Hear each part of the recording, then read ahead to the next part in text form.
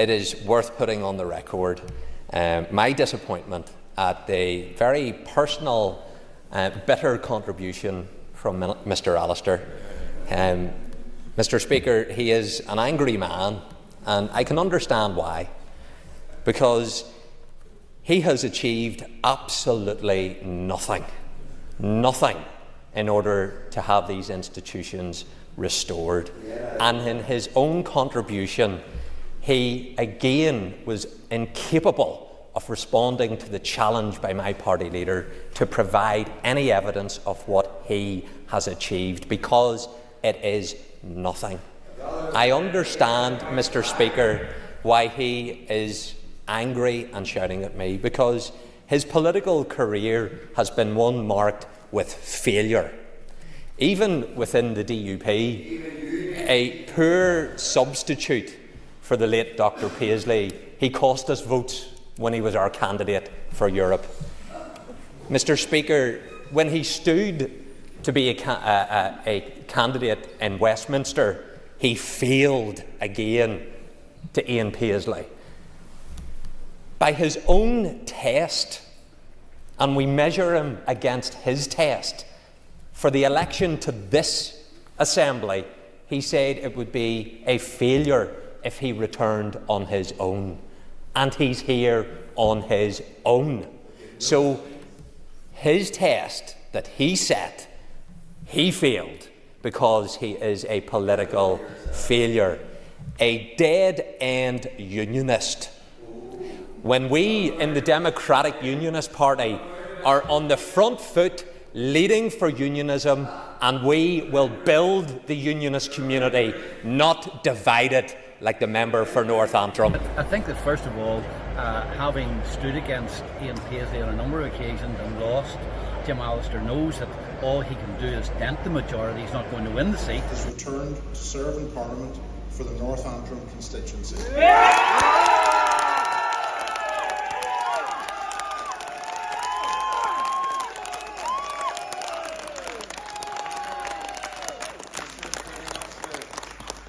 Thank you and your staff for the diligent conduct of this count, and for all the staff who worked so hard yesterday.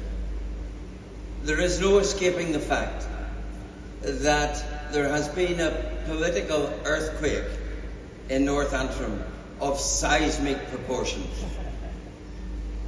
Today we mark an occasion when, after 54 years of DUP and Ian Paisley dynasty, North Antrim has taken an alternative course.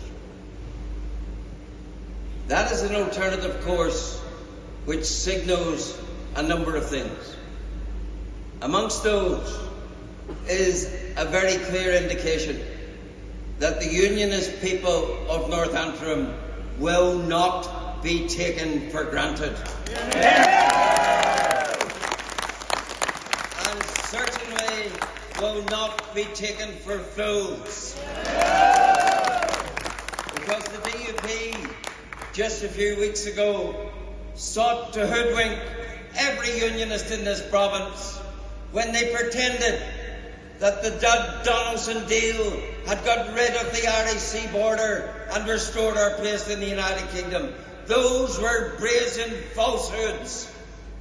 And the people of North Antrim called them out as such in this campaign.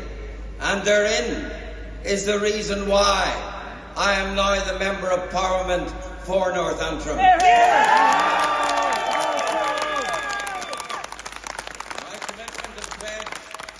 Going forward is to never lose focus of the issues that caused me to be elected.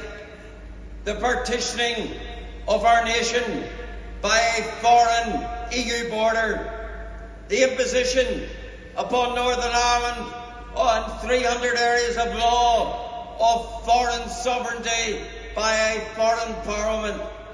And those are issues which at every opportunity in the Parliament of the United Kingdom I will call attention to and hold government to account for, because it is beyond shameful that in this part of the United Kingdom there has been that subjugation of sovereignty whereby that foreign institution holds sway and control in our lives.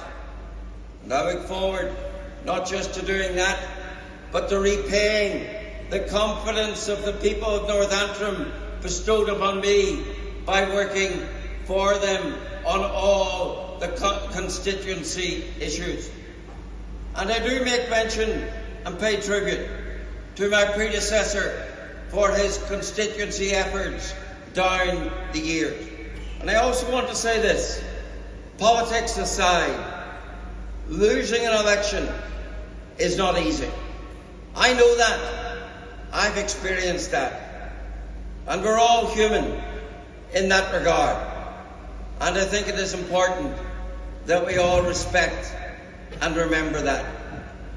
But above all, this is a new starting point in North Antrim. We move forward refreshed in our unionism, renewed in our determination that this is a constituency whose voice will not wilt or falter in the House of Commons in opposing the iniquitous protocol which brings us to this situation. I want, of course, to thank all who worked so hard, my election agent, Councillor Timothy Gaston, and all his band of workers who put heart and soul, who fought many's election and didn't succeed, but undaunted, put in the determination that brought this victory this time.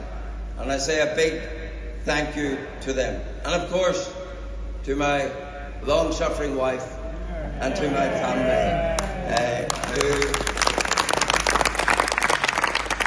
I think as politicians, we often forget the sacrifice paid by our spouses in respect of public service.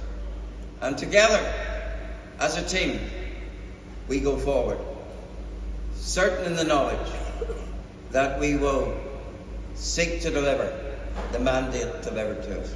I said a few weeks ago, in a particular circumstance, that the endorsement I sought in this election was the endorsement of the people of North Antrim. And I'm humbled and delighted to have that endorsement today. Thank you very much. Is this a victory for militancy in Ulster? Nonsense. It's a victory for traditional unionism.